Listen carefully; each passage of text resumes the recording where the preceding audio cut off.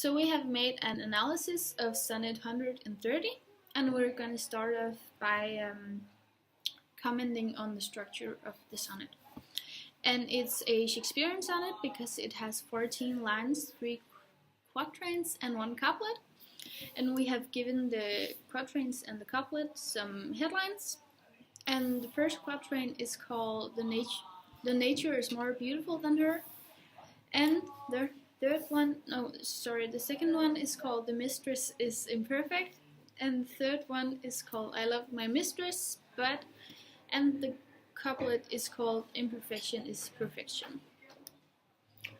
It follows the iambic pentameter, and it's a early modern English sonnet because it has some words that we don't use today, such as damasked, and also it follows the ABAB rhyme. And the next thing we can look at is who is the poem addressed to. And this poem is clearly addressed to the Dark Lady. But then we can look at who is the Dark Lady.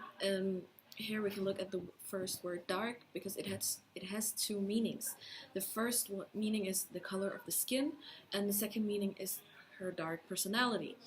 So, but in this case we can clearly see that it's the color of her skin because in one of the lines it says, if hairs be wires black, wires grow on her head. And this mean that she might have an African hairstyle, and that's why her hair is like wires.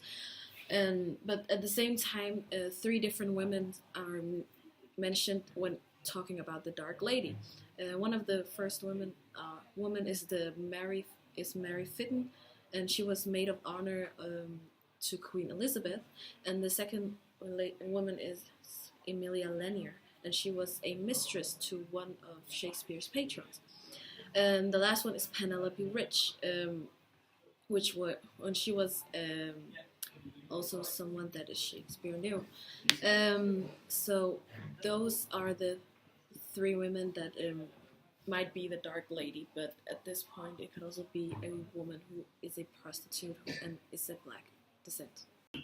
And moving on to themes, this sonnet deals with themes such as imperfect versus perfect, and it can clearly be seen in the way that the poet sort of describes the lady in the poem.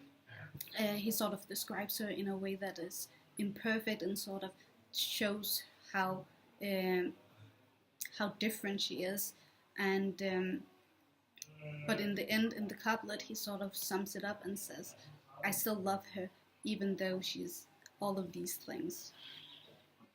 Yeah, and again, the themes are perfection versus imperfection and different types of love. Like Shakespeare uses some, but not many literary techniques to make our understanding of the Sonnet 130 even better, and he uses a lot of metaphors like coral is far more red than her lips red, if snow be white, white then her breasts are done, and so on and so forth. So his metaphors focus a lot on the nature.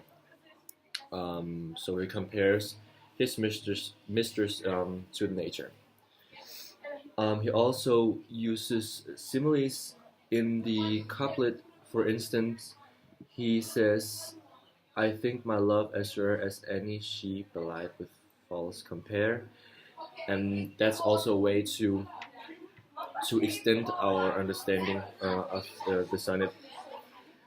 He also uses enchantment, which is a way to force the reader to read further.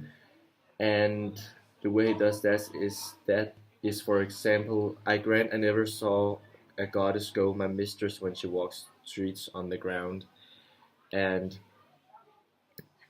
when he says I grant I never saw a goddess go, it's like this sentence is not ended, so you are forced to read more to know what he actually means. So his sonnet becomes more interesting when he uses enchantment.